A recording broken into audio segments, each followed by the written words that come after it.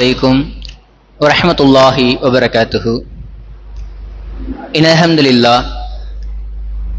لله نحمده ونستعينه ونستغفره ونعوذ بالله من شرور أنفسنا ومن سيئات أعمالنا من يهده الله فلا مضل له ومن يضلل فلا هادي له وأشهد أن لا إله إلا الله وحده لا شريك له وأشهد أن محمدا عبده ورسوله أما بعد. يا أيها الناس اتقوا ربكم الذي خلقكم من نفس واحدة وخلق منها زوجها وبث منهما رجالا كثيرا ونساء واتقوا الله الذي تساءلون به والأرحام إن الله كان عليكم رقيبا. يا أيها الذين آمنوا اتقوا الله حق تقاته ولا تموتن إلا وأنتم مسلمون. يا أيها الذين آمنوا اتقوا الله وقولوا قولا سديدا يصلح لكم أعمالكم ويغفر لكم ذنوبكم ومن يطع الله ورسوله فقد فاز فوزا عظيما. எல்லாம் உள்ள ஏக இறைவனின் நல்லடியார்களே, அந்த ஏக இறைவனினுடைய சாந்தியும் சமாதானமும் வற்றாத பேரன்பும் பெருங்கருணையும் நம் அனைவரையும் இந்த வெற்றி மார்க்கத்தினை பற்றி பிடிக்க செய்த ஏக இறைவனின் இறுதி தூதராகிய முஹம்மது நபி ஸல்லல்லாஹு அலைஹி வஸல்லம் அவர்களின் மீதும், அவர்களை தம்முடைய வாழ்க்கையில் தம்மால் இயன்ற அளவிற்கு அப்படியே பின்பற்றி வாழ்ந்து மரணித்தவர்கள் மீதும், தற்பொழுது வாழ்ந்து கொண்டிருப்பவர்கள் மீதும், இனி வாழ இருப்பவர்கள் என அனைவரின் மீதும் உண்டாகட்டுமாக என பிரார்த்தித்தவனாக என்னுடைய இந்த உரையினை துவங்குகின்றேன். அல்ஹம்துலில்லாஹ். கண்ணியத்திற்குரியோர்களே, உயிர் தியாகத்தினால் உயர்ந்த இஸ்லாம் என்கின்ற தலைப்பின் கீழாக இஸ்லாமிய படைகள் கண்ட போர்க்களங்களில் ஒவ்வொரு போராக நாம் தொடர்ச்சியாக அறிந்து வருகிறோம். அந்த அடிப்படையில் நேற்றைய தினம் உஹது போர் சம்பந்தமான ஒரு சில விஷயங்களை நாம் தெரிந்து வந்தோம். உஹது போர் எவ்வாறு ஒரு போருக்கான ஒரு சூழல் ஏற்படுத்தப்பட்டது, அந்த போரில் இஸ்லாமியர்களினுடைய கை முதலில் மேலோங்கி இருந்தாலும், இஸ்லாமியர்கள் வெற்றிக்கு அருகமையில் சென்றாலும் சரி, இறுதியில் சூழ்நிலை அப்படியே தலையிலாக புரண்டு விடுகிறது. எதிரி படையில் இருக்கக்கூடிய குதிரைப்படை தளபதி, நேற்றைய வரை பற்றி நாம் பேசியிருந்தோம். அந்த குதிரைப்படை தளபதி சரியாக இஸ்லாமியர்கள் எங்கு தவறு இழைக்கிறார்கள், எந்த இடத்துல வீக்கா இருக்காங்க என்பதை நோட் பண்ணி அந்த 50 அம்பையும் வீரர்கள் கீழே இறங்கும் பொழுது தம்முடைய குதிரைப்படையை எடுத்து வந்து சுற்றி வளைத்து தாக்குவார். அந்த குதிரைப்படை தளபதியினுடைய பெயர் ஹாலித் இப்னு வலீத். நம்மில் பல நபர்களுக்கும் தெரிந்த ஒரு நபித்தோழர். அப்பொழுது அவர் இஸ்லாத்தை ஏற்க கிடையாது.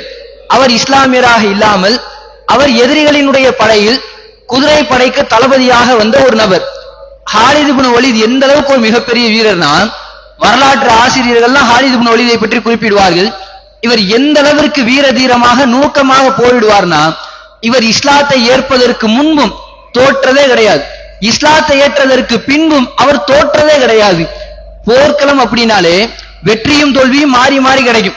பத்ரு போர்க்களத்துல நம்முடைய கரங்கள் ஓங்கி இருந்தது, நம்ம வெற்றி அடைந்தோம். உஹது போர்க்களத்துல நம்ம பின்னால் தள்ளுக்கப்பட்டோம். கிட்டத்தட்ட 70 சஹாபாக்கள் கொல்லப்பட்டார்கள் உஹது போர்க்களத்துல. இப்படி தோல்வியும் வெற்றியும் மாறி மாறி கிடைப்பதன் உலகத்தினுடைய யதார்த்தம். இது எல்லா நிலைமைக்குமே பொருந்தும். ஆனால் ஹாலித் இப்னு வலீத் அவர்களினுடைய வாழ்க்கை எடுத்து பார்த்தோம்னா முழுக்க முழுக்க வெற்றி தான். எந்த ஒரு நாட்டை எதிர்த்து போரிட்டாலும் வெற்றி பெறாமல் திரும்ப மாட்டார்.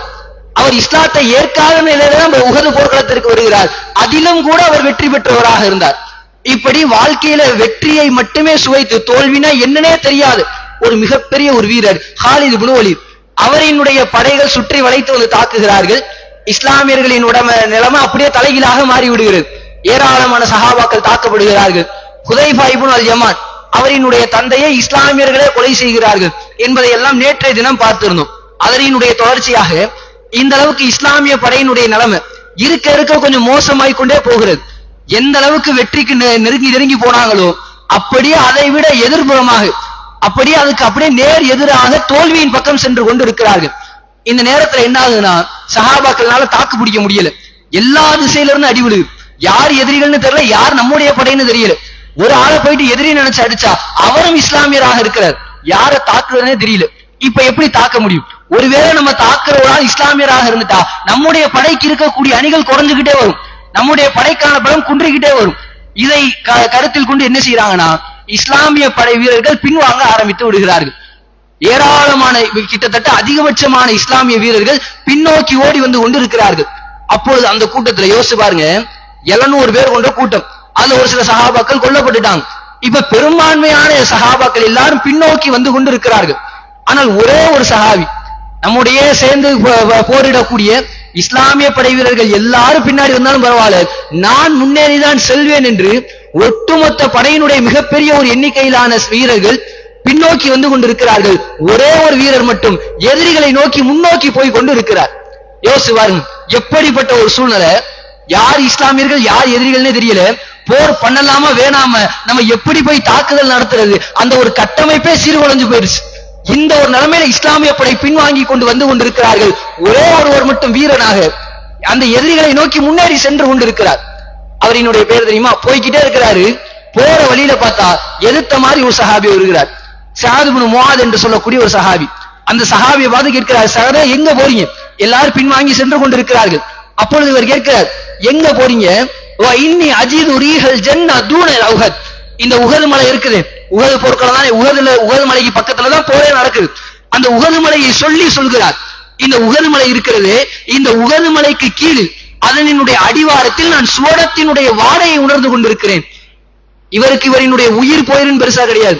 எதிரியை நோக்கி போய்கிட்டு இருக்கோமே, வாள் எடுத்து வெட்டிட்டாங்கன்னா எந்த அளவுக்கு வலிக்கும். ஒரு கால் ஒரு கை ஒரு கால் ஒரு ஏதாவது ஒண்ணு போயிருச்சுன்னா இழுத்துக்கிட்டே வாழ முடியுமா? நமக்கு எவ்வளவு பெரிய ஒரு வேதனை, அதெல்லாம் ஒரு கண்ணுக்கே தெரியல. எதிரியை நோக்கி போறோம், கொல்ல